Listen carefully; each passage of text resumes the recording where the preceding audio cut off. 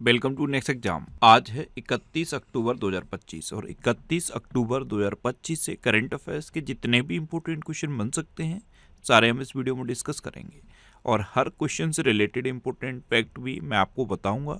तो आप पूरा वीडियो बहुत ध्यान से देखिए। लास्ट में मैं आपसे क्वेश्चन पूछूंगा, उसका आंसर आपको कमेंट बॉक्स में बताना है। तो चलिए स्टार्ट करते हैं। पहला क्वेश्चन है, हाल ही में $5 ट्रिलियन मार्केट वैल्यू वाली कंपनी कौन बनी है? $5 ट्रिलियन के मार्केट वैल्यू वाली कंपनी एनवीडिया बनी है और ये दुनिया की पहली कंपनी बन गई है जिसने $5 ट्रिलियन का मार्केट वैल्यू अचीव किया है। तो इस क्वेश्चन का बे ऑप्शन सही है। $5 ट्रिलियन का मतलब समझ रहे हो? केवल अमेरिका और चाइना ये दो देश हैं जिनकी पूरी जीडीपी 5 ट्रिलियन है। इसके अलावा दुनिया में कोई ऐसा देश नहीं है जिसकी टोटल जीडीपी 5 ट्रिलियन हो। तो सिर्फ इन दो देशों से पीछे है एक कंपनी। कितनी बड़ी बात है। तो $5 ट्रिलियन का मार्केट वैल्यू अचीव करने वाली दुनिया की पहली कंपनी बन गई है एनवीडिया। नेक्स्ट क्वेश्चन है, हाल ही में 8वें वेतन आयोग का अध्यक्ष किसे नियुक्त किया गया? तो ये है जस्टिस रंजना प्रकाश देसाई। इनको अभी 8वें वेतन आयोग का अध्यक्ष नियुक्त किया गया है। तो इस क्वेश्चन का सी ऑप्शन सही है। अच्छा, इंडियन क्रिकेटर्स एसोसिएशन की पहली महिला अध्यक्ष शांता रंगस्वामी को नियुक्त किया गया। कार्तिक नारायणन ये गूगल क्लाउड के मुख्य उत्पाद अधिकारी के रूप में शामिल हुए। दिल्ली उच्च न्यायालय की न्यायमूर्ति प्रतिभा एम सिंह को WIPO सलाहकार बोर्ड का अध्यक्ष नियुक्त किया गया। अक्कई पद्मशाली ये सर्वोच्च न्यायालय समिति की पहली ट्रांसजेंडर सदस्य बनी। निर्मल के मिंडा ये एसोचैम के नए अध्यक्ष बने। विवेक मेनन ये IUCN प्रजाति उत्तरजीविता आयोग के पहले एशियाई अध्यक्ष बने। और तरुण गर्ग को हुंडई इंडिया का पहला भारतीय MD एंड CEO नियुक्त किया गया है। नेक्स्ट क्वेश्चन है, किस देश ने परमाणु संचालित और परमाणु सशस्त्र मानव रहित जल ड्रोन पोसाइडन का परीक्षण किया? ये नाम याद कर लेना। ये परमाणु संचालित और परमाणु सशस्त्र मानव रहित जल ड्रोन है पोसाइडन। इसका सफल परीक्षण रूस ने किया है। तो इस क्वेश्चन का बे ऑप्शन सही है। ये जो जल ड्रोन है ये इतना घातक है ये कि दुश्मन के देश में जाकर ये समुद्र तट पर, जैसे कोई देश है जिसके पास कोई समुद्र तट है, तो दुश्मन के देश में जाकर समुद्र तट पर ये रेडियोधर्मी सुनामी उत्पन्न कर सकता है। क्या? रेडियोधर्मी सुनामी उत्पन्न कर सकता है, यानी कि बहुत बड़ा डैमेज क्रिएट कर सकता है। तो रूस ने इसका परीक्षण किया है। अब रूस ने किया है तो ये है मैप में रूस। रूस की कैपिटल क्या है? मॉस्को। रूस की करेंसी है रशियन रूबल और रूस के प्रेसिडेंट हैं व्लादिमीर पुतिन। देखो, 6 जून को रशियन भाषा दिवस मनाया जाता है, 12 जून को रूस दिवस मनाया जाता है और 27 जुलाई को रूसी नौसेना दिवस मनाया जाता है। रूस ने अनोखी परमाणु ऊर्जा चालित बुरेवेस्टनिक क्रूज मिसाइल के सफल परीक्षण की घोषणा की। ये जो बुरेवेस्टनिक क्रूज मिसाइल है, ऐसा दावा किया जा रहा है कि इसकी जो रेंज है वो अनलिमिटेड है। अच्छा, रूस के कलमिकिया में पहली बार बुद्ध के पवित्र अवशेष प्रदर्शित किए गए। जो गौतम बुद्ध के पवित्र अवशेष हैं ये भारत से गए थे और कलमिकिया में प्रदर्शित किए गए। भारत और रूस के बीच इंद्र 2025 सैन्य अभ्यास महाजन फील्ड फायरिंग रेंज बीकानेर में हुआ। रूस ने अमेरिका के साथ प्लूटोनियम समझौते से हटने का कदम उठाया। रूस 2030 तक विश्व की पहली परमाणु ऊर्जा प्रणाली शुरू करेगा जो पुनर्चक्रित ईंधन का उपयोग करेगी। पुनर्चक्रित ईंधन समझते हो? रीयूजेबल, यानी कि ऐसा ईंधन जो एक बार यूज हो गया फिर दोबारा से उसे यूज किया जाएगा। भारतीय सशस्त्र बलों का एक दल बहुपक्षीय अभ्यास जयपुर में पार्टिसिपेट करने के लिए रूस गया था। रूस ने आशाजनक परीक्षण परिणामों के बाद कोलन कैंसर टीका पेश किया है और रूस ने भारतीय कामगारों के लिए 10 लाख नौकरियों के अवसर खोले। अच्छा, रूस में उरल के पहाड़ हैं, लेक बैकाल है और माउंट एल्बरस है। नेक्स्ट क्वेश्चन है, ICC T20 विश्व कप 2026 का आयोजन 6 फरवरी से 8 मार्च 2026 तक कहाँ होगा? तो ICC T20 वर्ल्ड कप 2026 इसका आयोजन भारत और श्रीलंका में संयुक्त रूप से होगा, यानी कि भारत और श्रीलंका दोनों इसकी मेजबानी करेंगे। तो इस क्वेश्चन का सी ऑप्शन सही है, उपयुक्त दोनों। अच्छा, श्रीलंका की बात आ गई है तो श्रीलंका से रिलेटेड एक क्वेश्चन पूछ लूँ मैं आपसे। आज का पहला क्वेश्चन, श्रीलंका का सर्वोच्च नागरिक सम्मान, उसका नाम बताओ। श्रीलंका का सर्वोच्च नागरिक सम्मान प्रधानमंत्री मोदी को मिल चुका है, और मैंने जब भी श्रीलंका की बात आती है मैप के साथ उस जो सर्वोच्च नागरिक सम्मान है उसका फोटो भी लगाया हुआ है, मैं आपको बार बार दिखाता भी हूँ, तो आपके माइंड में इमेज भी बननी चाहिए। तो नाम बताओ, श्रीलंका का जो सर्वोच्च नागरिक सम्मान है उसका नाम बताओ। नेक्स्ट क्वेश्चन है, हाल ही में कहाँ आदर्श युवा ग्राम सभा पहल का शुभारंभ किया गया? तो ये नई दिल्ली में किया गया। तो इस क्वेश्चन का बी ऑप्शन सही है। देखो, भारत की जो डेमोक्रेटिक प्रणाली है उसमें जो ग्राम सभा होती है वो सबसे छोटी इकाई है, और डेमोक्रेटिक प्रणाली की सबसे पहली इकाई भी कहा जाता है। ग्राम सभा होती है, उसके बाद ग्राम सभा में ग्राम पंचायत होती है, उसके बाद जिला पंचायत होती है, ऐसी नगर पालिका होती है, नगर निगम होती है, फिर विधायक का क्षेत्र होता है, सांसद का क्षेत्र होता है, इस तरह से की चीज़ें बढ़ती जाती हैं। लेकिन लोकतांत्रिक प्रणाली में सबसे छोटी और सबसे पहली इकाई होती है ग्राम सभा। तो ग्राम सभा में अब छात्रों की सहभागिता बढ़ाने के लिए आदर्श युवा ग्राम सभा पहल शुरू की गई है, और इसका शुभारंभ अभी नई दिल्ली में हुआ। अच्छा, पंचायती राज व्यवस्था के अंतर्गत आती है ग्राम सभा। एक क्वेश्चन बहुत बार एग्जाम में पूछा गया है कि पंचायती राज व्यवस्था को त्रिस्तरीय बनाने का सुझाव किसने दिया? 3 स्तर होते हैं पंचायती राज व्यवस्था के, ग्राम पंचायत, क्षेत्र पंचायत और जिला पंचायत। तो जो त्रिस्तरीय बनाने का सुझाव था वो बलवंत राय मेहता समिति ने दिया था, ये याद कर लो। नेक्स्ट क्वेश्चन है, हाल ही में अमेरिका ने किस देश के साथ परमाणु पनडुब्बी तकनीक की साझेदारी की है? तो अमेरिका ने अभी दक्षिण कोरिया के साथ परमाणु पनडुब्बी तकनीक की साझेदारी की। तो इस क्वेश्चन का डी ऑप्शन सही है। एक्चुअल में अमेरिका के जो राष्ट्रपति हैं डोनाल्ड ट्रंप, ये अभी दक्षिण कोरिया गए, और दक्षिण कोरिया में इन्होंने दक्षिण कोरिया के राष्ट्रपति से मुलाकात की, और वहीं पे चाइना के राष्ट्रपति जी जिनपिंग के साथ भी डोनाल्ड ट्रंप ने मुलाकात की है। अब दक्षिण कोरिया की बात है तो ये है मैप में दक्षिण कोरिया। ये जो आपको ग्रीन कलर में दिख रहा है ना, यही है साउथ कोरिया। साउथ कोरिया की कैपिटल है सियोल, साउथ कोरिया की करेंसी है साउथ कोरियन वॉन, और साउथ कोरिया के प्रेसिडेंट हैं ली जे-म्यूंग। ये हैं ली जे-म्यूंग। ये सबसे इंपॉर्टेंट क्वेश्चन है कि नॉर्थ कोरिया और साउथ कोरिया को डिवाइड करने वाली लाइन को क्या कहते हैं? तो इसे 38th पैरेलल कहते हैं। क्या कहते हैं? 38th parallel. अच्छा, साउथ कोरिया अत्यंत शक्तिशाली बैलिस्टिक मिसाइल ह्यूमनू 5 को तैनात करेगा। भारत और दक्षिण कोरिया ने पहला नौसैनिक अभ्यास INROKN किया। गौरांग लाल दास को दक्षिण कोरिया में भारत का नया राजदूत नियुक्त किया गया। अमेरिका, दक्षिण कोरिया और जापान ने दक्षिण कोरिया के जेजू द्वीप के पास फ्रीडम एज सैन्य अभ्यास किया। दक्षिण कोरिया ने स्कूल कक्षाओं में फोन पर राष्ट्रव्यापी प्रतिबंध लागू किया। दक्षिण कोरिया ने 64 वर्षों में पहला असैन्य रक्षा मंत्री अहंग ग्यू-बैक को नियुक्त किया। नेक्स्ट क्वेश्चन है, हाल ही में किसे दक्षिण कोरिया का सर्वोच्च सम्मान और स्वर्ण मुकुट प्रदान किया गया? मैंने आपको बताया अभी डोनाल्ड ट्रंप साउथ कोरिया गए, और इन्हीं को साउथ कोरिया के राष्ट्रपति ली जे-म्यूंग ने साउथ कोरिया के सर्वोच्च सम्मान और स्वर्ण मुकुट से सम्मानित किया। तो उस क्वेश्चन का सी ऑप्शन सही है। नेक्स्ट क्वेश्चन है, किस राइड शेयरिंग कंपनी ने एनवीडिया के साथ एक रणनीतिक साझेदारी की है?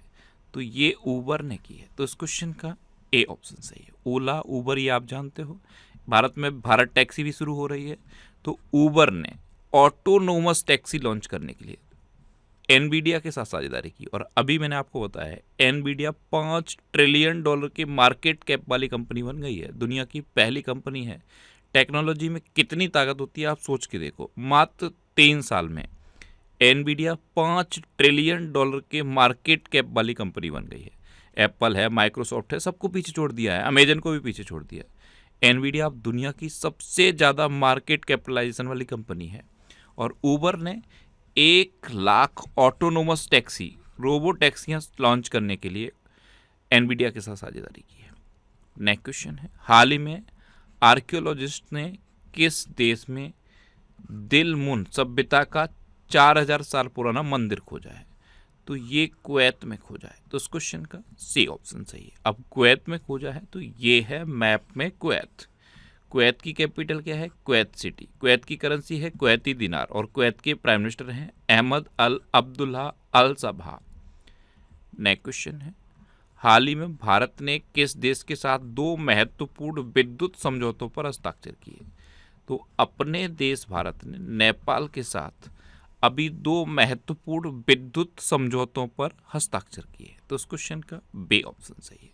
अब नेपाल के साथ किए हैं तो ये है मैप में नेपाल। नेपाल की कैपिटल क्या है? काठमांडू। नेपाल की करेंसी है नेपाली रुपया। नेपाल के प्राइम मिनिस्टर अभी सुशीला कार्की हैं और नेपाल के प्रेसिडेंट हैं रामचंद्र पौडेल। ये कौन है? कामी रीता शेरपा। ये माउंट एवरेस्ट पर 31 बार चढ़ाई कर चुके हैं। और ये क्वेश्चन देखो यूकेपीएससी के आरओ के एग्जाम में पूछा गया है। और लियाकपा शेरपा ये महिला कैटेगरी में सबसे ज़्यादा माउंट एवरेस्ट पर चढ़ाई करने वाली व्यक्ति हैं। इनका नाम है लियाकपा शेरपा। इन्होंने 10 बार माउंट एवरेस्ट को फतेह किया है। अच्छा, इंडिया और नेपाल के बीच में ये सूर्य किरण नाम की एक्सरसाइज होती है। आरबीआई ने नेपाल को भारतीय रुपए में उधार देने की अनुमति दी। नेपाल में 5 दिवसीय तिहार उत्सव मनाया गया। सविता भंडारी नेपाल की पहली महिला अटॉर्नी जनरल बनी। नेपाल ने 26 अपंजीकृत सोशल मीडिया प्लेटफॉर्म पर प्रतिबंध लगाया था। उसके बाद जेनजी आंदोलन हुआ था। नेपाल आधिकारिक तौर पर अंतर्राष्ट्रीय बिग कैट अलायंस में शामिल हुआ। नेपाल में भारतीय दूतावास ने हिंदी साहित्य उत्सव का आयोजन किया। दक्षिण पूर्व एशिया क्षेत्र में रूबेला से मुक्त घोषित होने वाला पहला देश नेपाल बना है। और पर्यटन को बढ़ावा देने के लिए टिकटॉक ने नेपाल पर्यटन बोर्ड के साथ साझेदारी की थी। नेक्स्ट क्वेश्चन है, किसने आईसीसी की वनडे बल्लेबाजी रैंकिंग में शीर्ष स्थान हासिल किया है? तो आईसीसी की वनडे बल्लेबाजी रैंकिंग में रोहित शर्मा ने पहला स्थान हासिल किया है, तो उस क्वेश्चन का सी ऑप्शन सही है। यानी कि आईसीसी ओडीआई बैट्समैन रैंकिंग में रोहित शर्मा अब पहले नंबर पर पहुंच गए हैं। अच्छा, क्रिकेट की बात है तो अभी इंग्लैंड के एक क्रिकेटर हैं जेम्स एंडरसन, उनको नाइटहुड की उपाधि से सम्मानित किया गया है। क्रिकेट से रिलेटेड एक क्वेश्चन पूछ लूँ, आज का दूसरा क्वेश्चन। अभी सचिन तेंदुलकर ने एक ब्रांड लॉन्च किया है, अपना खुद का एक ब्रांड लॉन्च किया है, एथलेटिक ब्रांड है, उसका नाम बताओ। सचिन तेंदुलकर ने अपना खुद का एक एथलेटिक्स ब्रांड लॉन्च किया है, उसका नाम आपको बताना है। ये आज का आपका दूसरा क्वेश्चन है। नेक्स्ट क्वेश्चन है, मैक्सिकन ग्रैंड प्री 2025 किसने जीता है? तो ये लैंडो नॉरिस ने जीता, तो उस क्वेश्चन का बी ऑप्शन सही है। अच्छा, मैक्स वर्स्टैपन ने 2025 इटालियन ग्रैंड प्रिक्स जीता। ऑस्कर पियास्त्री ने 2025 डच ग्रैंड प्रिक्स जीता। लैंडो नॉरिस ने हंगेरियन ग्रैंड प्रिक्स जीता। ऑस्कर पियास्त्री ने 2025 बेल्जियम ग्रैंड प्रिक्स जीता। लैंडो नॉरिस ने ही ब्रिटिश ग्रैंड प्रिक्स जीता। जॉर्ज रसेल ने कैनेडियन ग्रैंड प्रिक्स जीता। ऑस्कर पियास्त्री ने स्पेनिश ग्रैंड प्रिक्स जीता और लैंडो नॉरिस ने मोनाको ग्रैंड प्रिक्स 2025 जीता। ये याद कैसे होंगे? देखो, एक जगह लैंडो नॉरिस लिखो, एक जगह मैक्स वर्स्टैपन लिखो, एक जगह ऑस्कर पियास्त्री लिखो, एक जगह जॉर्ज रसेल लिखो। इन्होंने जो जो जीते हैं उनकी लिस्ट बनाओ और इस लिस्ट को आप बार बार रिवाइज करो, ये आपको याद हो जाएंगे। अगर आप इस तरह से याद करोगे तो ये आपको याद रहेंगे। अगर आप रैंडम याद करोगे तो आप कंफ्यूज हो जाओगे। तो एक व्यक्ति ने कौन कौन से जीते हैं ये लिस्ट बना लो, इससे आपको याद हो जाएंगे। नेक्स्ट क्वेश्चन है, हाल ही में आसियान रक्षा मंत्रियों की बैठक प्लस का आयोजन कहाँ किया जाएगा? तो ये कुआलालंपुर में किया जाएगा और यहाँ पे हमारे रक्षा मंत्री राजनाथ सिंह पार्टिसिपेट करेंगे, तो उस क्वेश्चन का डी ऑप्शन सही है। अच्छा, ये करंट अफेयर्स की बुक है, इसका ये 6th एडिशन है। इसमें पिछले 12 महीने के करंट अफेयर्स रहते हैं और ये बुक 3 पार्ट में डिवाइड है। पहले पार्ट में डिस्क्रिप्टिव करंट अफेयर्स रहते हैं, दूसरे पार्ट में वन लाइनर करंट अफेयर्स रहते हैं पूरे साल के, और तीसरे पार्ट में पूरे साल के ऑब्जेक्टिव करंट अफेयर्स के क्वेश्चन रहते हैं। ये बुक अब तक इतने सिटीज़ में अवेलेबल है। ये जो सिटीज़ की लिस्ट दी है ना, हर सिटी के नाम के आगे एक बुक शॉप का नाम दिया है और उस बुक शॉप का मोबाइल नंबर भी दिया है। तो आप अपने सिटी का नाम देखो, आपके सिटी के नाम के आगे जिस भी बुक शॉप का नाम दिया है आप उस पर कॉन्टैक्ट करो, आपको ये बुक मिल जाएगी। अच्छा, ये अमेजन और फ्लिपकार्ट पे भी अवेलेबल है, तो इसे आप ऑनलाइन भी ले सकते हो। नेक्स्ट क्वेश्चन है, हाल ही में जारी ग्लोबल फायरवर्क्स इंडेक्स 2025 में कौन शीर्ष पर रहा है? तो इसमें अमेरिका टॉप पर रहा, तो उस क्वेश्चन का सी ऑप्शन सही है। अब अमेरिका टॉप पर रहा है तो ये है मैप में अमेरिका। अमेरिका के 47वें नंबर के राष्ट्रपति हैं डोनाल्ड ट्रंप और 50वें नंबर के उपराष्ट्रपति हैं जेडी वेंस। अच्छा, 23 अप्रैल को अंग्रेजी भाषा दिवस मनाया जाता है?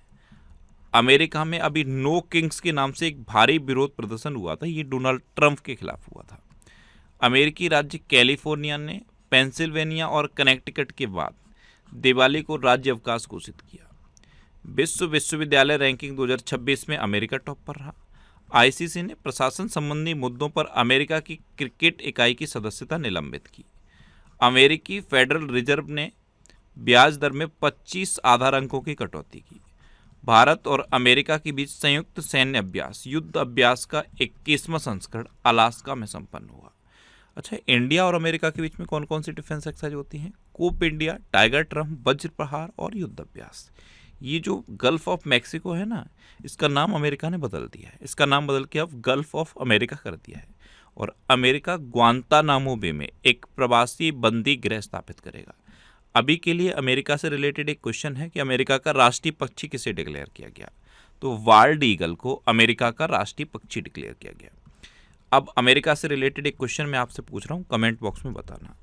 अमेरिका के एक शतरंज ग्रैंड मास्टर थे, अभी 29 साल की उम्र में उनका निधन हुआ है। मात्र 29 साल की उम्र में निधन हुआ। मैंने नाम बताया था, उनका नाम आप कमेंट बॉक्स में बताओ।